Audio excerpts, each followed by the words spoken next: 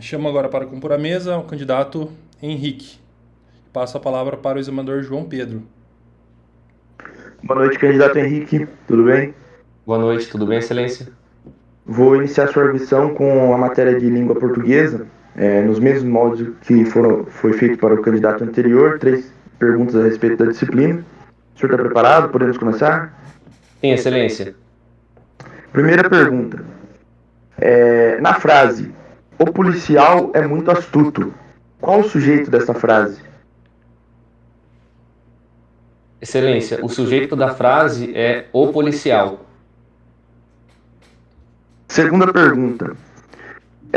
Em relação à palavra astuto, utilizada na pergunta anterior, eu gostaria de um sinônimo para a palavra astuto. Só um momento, Excelência. Excelência, um sinônimo da palavra astuto seria esperto. Terceira e última pergunta. A palavra salvo-conduto tem hífen? Só um momento, Excelência.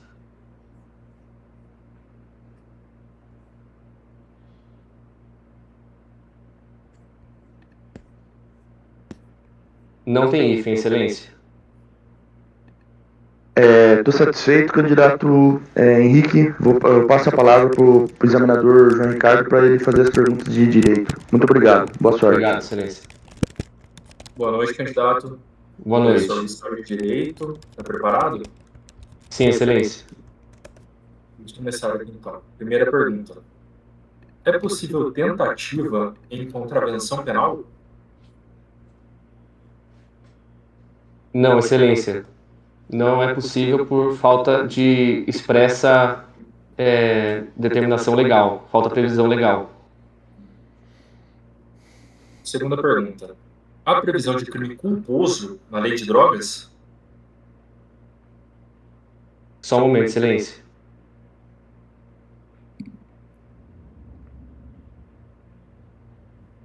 Não, Excelência, não há previsão de crime culposo.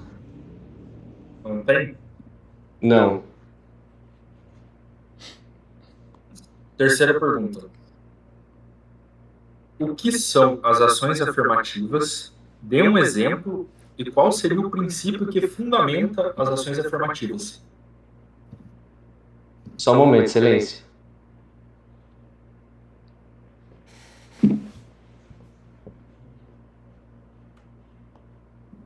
Excelência, ações afirmativas são ações promovidas pelo Estado, pelo poder público, que visam diminuir desigualdades sociais e proteger, eventualmente, grupos vulneráveis e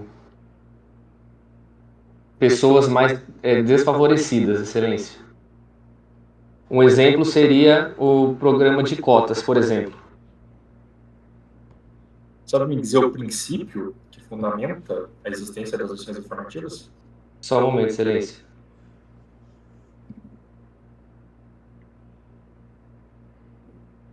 Acredito que seria o princípio da igualdade. Formal ou material?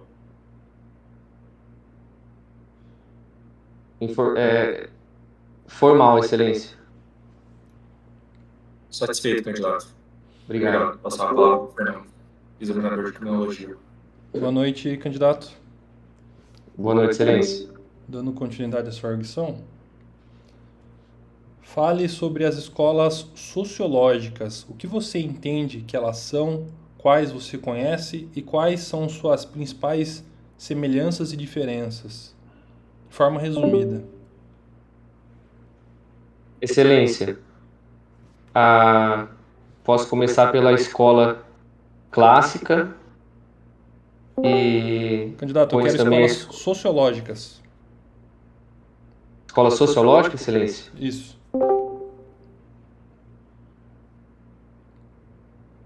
Só um momento, Excelência. Excelência, seriam as teorias sociológicas? Sim. Tá. Existem as teorias voltadas à teoria do consenso e existem as teorias voltadas à teoria do conflito. Dentro da teoria do consenso, existem a subcultura delinquente, a anomia, existe... Só um momento, excelência.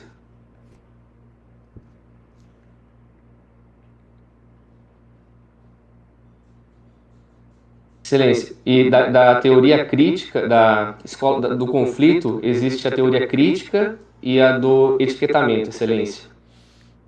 Da teoria do consenso existem outras, só que eu não me recordo no momento.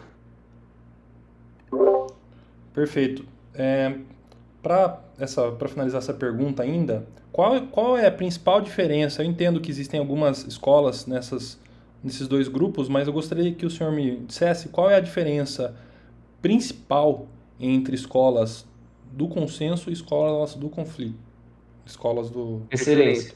As escolas do consenso, elas são ligadas mais a movimentos de direita e elas como se existisse um consenso entre os indivíduos de uma sociedade e como eles interagem com a aplicação da lei, com a legislação em si. E enquanto a teoria do conflito são ligadas mais às ideias de esquerda e elas expõem que existe mais um conflito entre as pessoas, os indivíduos da sociedade e a lei e a aplicação da lei. Perfeito. A lei denominada Cidade Limpa, implementada pelo prefeito de São Paulo, Gilberto Kassab, pode ser objeto de estudo da criminologia? Se sim, de que modo?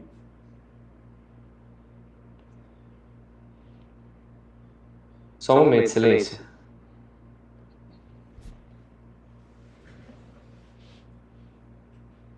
Excelência, acredito que pode sim ser um objeto de estudo da criminologia no momento em que a aplicação desse projeto de Cidade Limpa, ele impacta numa diminuição do aspecto da cidade em si e que como efeito dessa diminuição refletiria na diminuição também das práticas de crime. Então, existindo essa relação entre cidade limpa e a prática de delitos, ela, a partir desse momento, passa a ser objeto da criminologia. Certo. E a última questão, ainda sobre as teorias sociológicas, fale sobre a escola de Chicago. Excelência. A escola de Chicago, ela preconiza que o crescimento desorganizado de um centro urbano acaba gerando o aumento também da criminalidade. Ela surgiu nos Estados Unidos, claro, em Chicago, e em que a própria cidade foi objeto de estudo, tendo em vista que houve um crescimento muito rápido da cidade, e com isso também cresceu a criminalidade. Excelência. Perfeito, estou satisfeito. Passo de volta a palavra para João Pedro. Tá bom, obrigado, excelência. Boa noite. Vamos fazer a correção, alguns apontamentos. Já adianto para o senhor, candidato, que das 3 o senhor acertou 2, então parabéns. A primeira que eu perguntei, qual o sujeito da frase "o policial é muito astuto", você acertou, o sujeito é a palavra policial mesmo, que é o que sofre a ação, né, do verbo, esse é o conceito mais básico de sujeito. O verbo é o verbo ser, né?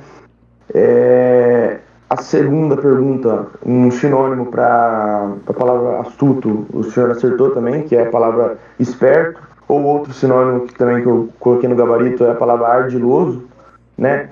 E a terceira e última pergunta que o senhor teve um pequeno deslize ali é a respeito da palavra salvo-conduto. O senhor falou que não tem hífen, mas ela tem hífen, tá? Só isso que eu tenho para fazer um apontamento para o senhor, tá bom? Tá bom, muito obrigado. Essa questão assim de palavras com hífen e tal, Até temos algumas regras sobre isso, que eu não vou me estender agora porque é longo, né? É uma coisa de conteúdo, mas basicamente é uma decoreba também, porque tem tipo muitas palavras que é meio que manjado de perguntar, principalmente essas que são relacionadas à área do direito, tipo salvo-conduto, por exemplo, né? Uhum. Então é basicamente isso, assim, o meu apontamento. Parabéns, o senhor foi bem. Das três, o senhor acertou duas, tá bom? Eu Tá passo bom. a palavra agora para o João Ricardo, para ele fazer os apontamentos dele. Obrigado. Certinho? Boa noite, Henrique. Boa noite. Vamos ver aqui. Foi bem também, em direito, tá bom? Minha primeira pergunta, se era possível a tentativa de contravenção penal. Você acertou, você só confundiu um fundamento, né? Que seria o contrário, né? Não é possível não porque não tem previsão, mas porque tem uma previsão falando que não é possível. Você olha o artigo 4º, né? Você estava tentando lembrar, né? O artigo 4º da Lei das Contravenções Penais. Porque se não tivesse ali esse dispositivo fazendo a remissão, você iria pelo Código Penal, né? Porque tem ali no artigo 1º da Lei das Contravenções Penais falando que você aplica subsidiariamente o Código Penal. Mas então não é possível por causa do artigo 4º da Lei das Contravenções Penais. Na segunda pergunta, a previsão de crime culposo na Lei de Drogas tem um artigo 38. Você não se recordou desse crime ali da Lei de Drogas. Prescrever ou ministrar culposamente drogas, sem que delas necessite o paciente, ou fazê-las em doses excessivas ou em desacordo com determinação legal ou regulamentar. Tudo bem? Não me recordei desse crime. Tem esse delito, é um delito próprio ali. Uhum. Tudo bem? Praticado pelo médico. A outra aqui é uma questão acerca das ações afirmativas, uma questão de direitos humanos. Sua explicação foi boa sim. Eu só anotei aqui algumas coisinhas. Você falou que elas são instituídas pelo poder público e as ações afirmativas elas são tanto instituídas pelo poder público quanto pelos indivíduos particulares também, pelo âmbito privado. Há uma diferença entre as ações afirmativas e as políticas públicas. Uma das diferenças, inclusive, as políticas públicas são exclusivamente do poder público e as ações afirmativas tanto do público quanto do privado, né? E tem a característica importante que as ações afirmativas elas são temporárias.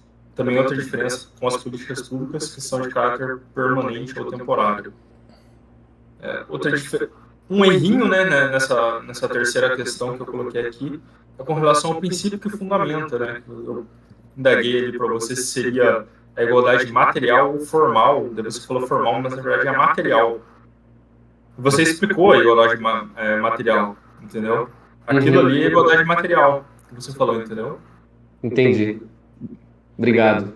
Então, só isso daí. Parabéns, foi muito bem. Queria passar para o assim. Beleza, valeu. Vamos lá. Criminologia, Henrique. Você foi bem também. A primeira pergunta que eu fiz foi sobre as escolas. Você começou a falar da escola clássica, né? Então, quando o examinador pergunta para você escolas sociológicas, você já pensa nas teorias modernas, teorias do consenso, teorias do conflito, tá? Sempre que falar escolas sociológicas é essa parte. Tanto porque a parte lá da escola clássica não falava nada de social, né? De certa forma não entrava nessa seara. Daí eu perguntei para você na verdade começou a descrever quais eram, né? Você não falou, acho que anomia e associação diferencial, você falou Chicago e subcultura delinquente, se eu não estou enganado. Né? Então são 4. Eu aconselho inclusive que decore tem uma ordem específica para você, igual o Sociediva Plu lá, para você sempre falar ou por ordem alfabética ou por ordem cronológica, inventar alguma coisa para poder ficar mais fácil. E uma outra sugestão que eu dou nessa mesma questão, você falou que são teorias, as do consenso são de direita, as do conflito são de esquerda. Isso é uma coisa que eu sempre falo, evitar mencionar essas questões políticas, embora você esteja certo, eu também enxergo dessa forma, a gente não sabe o que a outra pessoa, né, do outro lado lá enxerga acerca disso, né? Qual que é o posicionamento político da outra pessoa. Então, às vezes ela tem algum conhecimento de um movimento de direita que também é mais reacionário.